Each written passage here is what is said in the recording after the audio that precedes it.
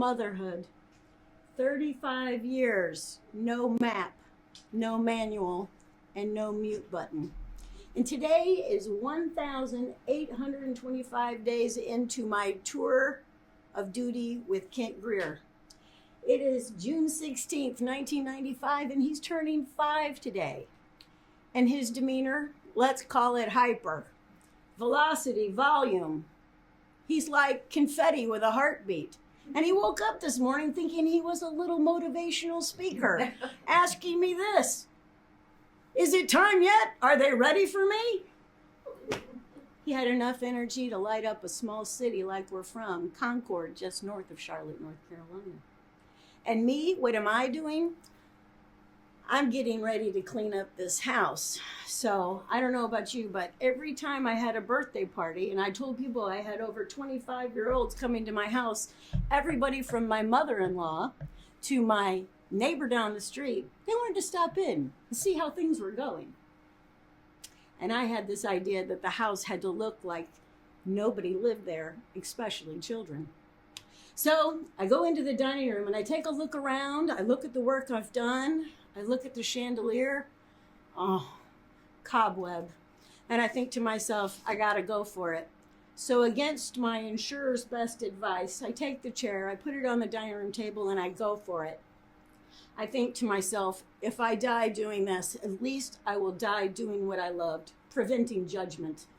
So I get on the chair, one foot on the chair, one foot on the table. Kent is running around the dining room table and running around the dining room table like he's in the Olympic trials or something. And I think to myself, his competitive sport is indoor zoomies, and the dog is winning right now. So I call for David Greer. David! Oh, it was sweeter than that. David, would you do me a favor? Would you take Kent down to the ice cream store and pick up his cake? And that is code for this: you two are in my way. Get out. David quickly says, no problem. I'm on it. Yes, ma'am. You see, he speaks total marriage. So he gets Kent. He says to him, Kent, go get your shoes. And Kent, miracle of miracles, miracle number 1 of the day, actually.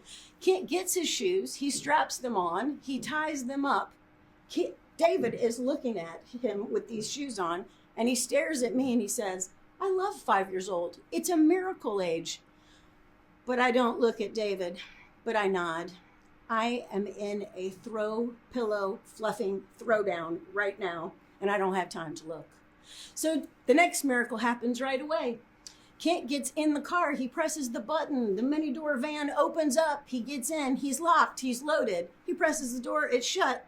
David looks at me. I look at him. He jumps in the car, and down to the ice cream store they go. They get down to the ice cream store, and here is the third miracle in the story. Kent still has his shoes on. And if you have traveled with a 5-year-old, you know that having your shoes on at the end of a journey is like supernatural. So Kent gets out of the car, and they both go into the ice cream store. And when they get into the ice cream store, Kent presses his little face up against the hard, cold glass case. First cake, Lion King.